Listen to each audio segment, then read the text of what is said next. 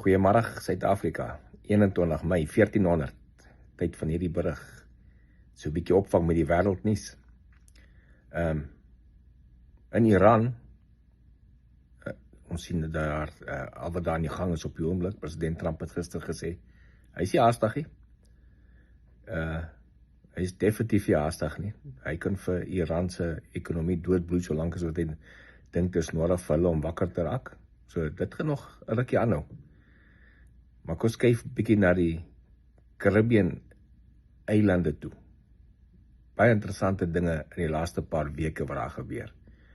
Spesifiek rondom Cuba. Daar's in die laaste paar weke baie optogte in Cuba. Die populasie is nou regtig moeg vir hulle kommunistiese regering. En gistermiddag, het die Amerikaanse regering, prosecution, mense, aanklag uitgereik vir Raúl Castro. Raúl Castro, die vorige president van Cuba. Wat in 1996 was hy die defense minister gewees. En hy het 'n opdrag gegee vir die Cubaanse regering of die Cubaanse weermag om 2 Amerikaanse siviele vliegtuie af te skiet wat daar oor Cuba gevlieg het. 4 mense is oorlede, dis nou 30 jaar terug.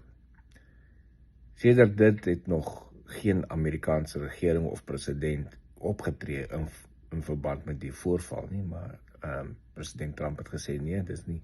Dis tyd dat daar ons 'n bietjie verantwoordelikheid doen vir hulle dade. So daar's 'n arrest warrant uitgereik vir Raúl Castro. Hy is al 90 jaar oud, maar hy moet teregstaan aan aanklagte van moord in Amerika. Nou, almal weet goed, hy gaan nie op sy eie 'n vliegtuig of 'n boot klim en nie aan toe kom en sê, okay, hier sê ek gee myself oor nie. So hy gaan seker moet opgelaai word, soos hulle vir Maduro opgelaai het. Intussen is die USS Nimitz Carrier Battle Group, hulle is ontplooi, dis hulle normale ontplooiing daar in die Caribbean omgewing.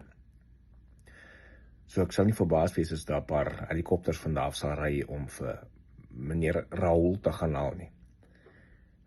Gister na die aankondiging dat daar uitreiking van 'n arrest vir hom is daar redelik groot parties in Miami gewees. Die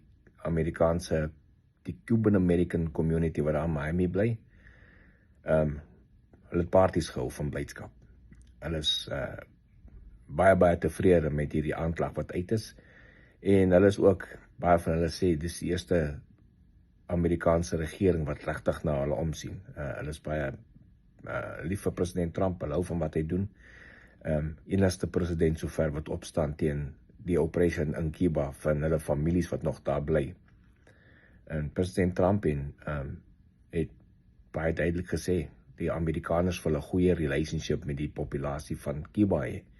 Humanitêre hulp en alles. En die mense suffer op die oomblik. Dis hoekom hulle so baie riots daar in Cuba gehad het, want hulle suffer hulle ekonomie met die kommunistiese regering wat lê.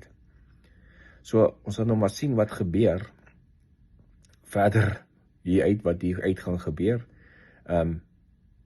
in Cuba, maar dit lyk nie goed vir Cuba op die oomblik met wat daar in die omgewing aan die gang is nie. Die soos ek gesê, die Cubaanse populasie wat weggevlug het uit Cuba uit, dis baie ouer mense wat in Miami bly en hulle kinders wat nou al hier gebore is. Hulle is up in arms. Hulle stem saam met president Trump. Kry vir Raúl Castro daar uit. Want die Castro familie, soos ons almal ken vir Fidel, wat daar was vir jare en jare en toe sy broer Raúl wat oorgevat het. Vir jare en jare die plek opreis het, en hulle is moeg vir daai Castro familie. Ek het eendag vir Fidel ontmoet, eendag vir Fidel. Snaakse ou daai. Maar dis 'n storie vir 'n ander dag. Ek is Moni Botha vir Koppel TV, né? Geniet die dag.